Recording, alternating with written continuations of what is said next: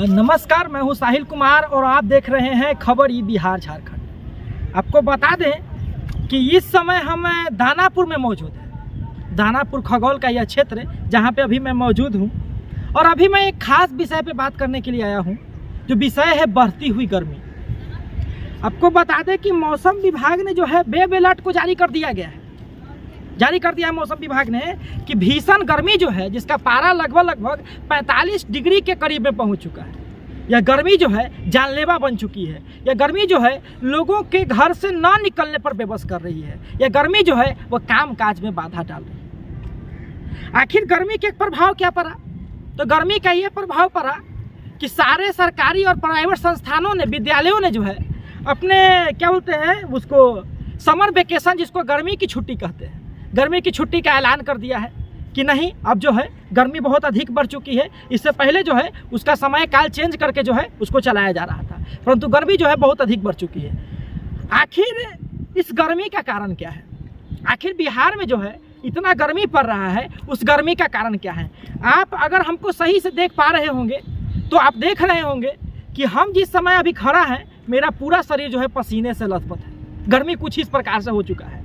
और जहाँ हम खड़ा है ना, वहाँ पे आपको दो चीज़ दिखाई दे रहा हो कि अभी जो हम खड़ा है वो एक स्थल स्रोत है, एक ज़मीन है। हमारे पीछे जो है वो जो है मतलब कि पानी का स्रोत है। और उसके अगल बगल जो है आप देख रहे हैं कि वनस्पति है, पेड़ है, बगाद है, सब कुछ जो है आपको अगल बगल दिखाई दे रहा हो। आखिर बिहार में इतना अधिक गर्मी पड़ रहा है, चाहे किसी भी भारत के क्षेत्रीय राज्य में, गणराज्य में अगर इतना अधिक गर्मी पड़ रहा है तो उसका कारण क्या है? मैं बात करता हूँ बिहार की, उसका कारण क्या है? बहुत लोग इसका ये कारण बताएंगे कि जो ग्लोबल वार्मिंग बढ़ रहा है, जो फैक्ट्रियाँ हैं, जो ट्रैफिक है, या फिर बोल सकते हैं कि वाहनों के अंदर से निकलने वाले धुआं, फैक्ट्रियों के अंदर से निकलने वाले धुआं और कचरा, जो कि ग्लोबल वार्मिंग को बढ़ाता है, उसके कारण गर्मी बढ़ रहा है। या कह सकते हैं कि एटमॉस्फेयर, वायुमंडल में बहुत सारी चीज़ों में जो है चेंजिंग आ रही है। परंतु एक बात यहाँ पर यह आता है कि बिहार का एक तबका ये कहता है कि बिहार में इंडस्ट्री है कहाँ, उद्योग है कहाँ। बिहार जो है एक ऐसा राज्य है जिसको में बहुत ही कम मात्रा में जो है उद्योग है, या कह सकते हैं कि वो राज्य जो है उद्योग विहीन है। यहाँ के मतलब यहाँ के जो लोग हैं वो बेरोजगार हैं, वो यहाँ से निकलकर दूसरे राज्यों में काम करने जाते हैं। क्यों? क्योंकि यहाँ पर उद्योगों की कमी है। तो अगर उद्योगों की कमी है तो फिर भी जो है उद्योग की वजह से या व्हीकल्स की वजह से जो है किस प्रकार से ग्लोबल वार्मिंग पर प्रभाव पड़ रहा है, ग्लोबल वार्मिंग क्यों पड़ रहा है, आखिर इतनी गर्मी क्यों बढ़ रही है। मैं आपको बता देना चाहता हूं कि यहाँ पर गर्मी का कारण ग्लोबल वार्मिंग नहीं, बिहार में गर्मी का कारण जो है जंगलों की कटाई है, वनों का ह्रास होना है, वनों का विलुप्त होना है। आपको बता दें कि खास करके जब किसी आप शहरी क्षेत्र में रहिएगा तो आपको पेड़ ना मिलना कोई नॉर्मल चीज़ नहीं है, समझे? आपको पेड़ नहीं मिलेगा, जो कोई बड़ी बात नहीं है। ऐसा हो सकता है कि आपको वहाँ पर पेड़ बगान देखने को ना मिले। परंतु एक बात बता दें कि जब ग्रामीण क्षेत्र में आप जाइएगा तो कहा जाता है कि ग्रामीण क्षेत्र में पौधे के अंदर से निकलने वाला हवा बहुत ही शुद्ध होता है और लोगों के लिए लाभदायक होता है। परंतु हम एक ग्रामीण क्षेत्र में ही मौजूद हैं, जहाँ पे इस पूरे एरिया में पहुँचने पर हमको एकमात्र जल स्रोत दिखा। एक ऐसा जल स्रोत जो कि बहुत ही छोटे आकार का है, परंतु यहाँ पर एक जल स्रोत है। इसके अलावा आपको कहीं भी जो है बहुत ही कम मात्रा में जल स्रोत और जो वहाँ पर जो है पानी मौजूद मिलेगा।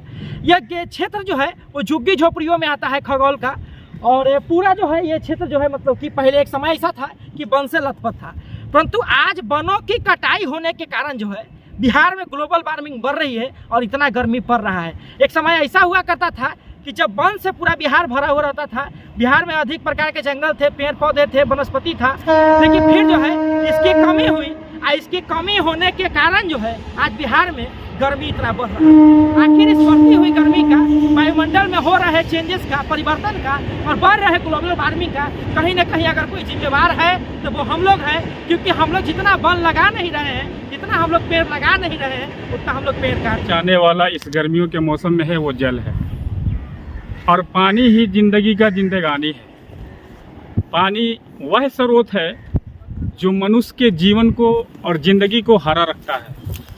अगर मनुष्य को जल ना मिले तो मनुष्य जो है ज़्यादा लंबे समय तक जीवित नहीं रह सकता, ज़िंदगी के संघर्ष को नहीं लड़ सकता।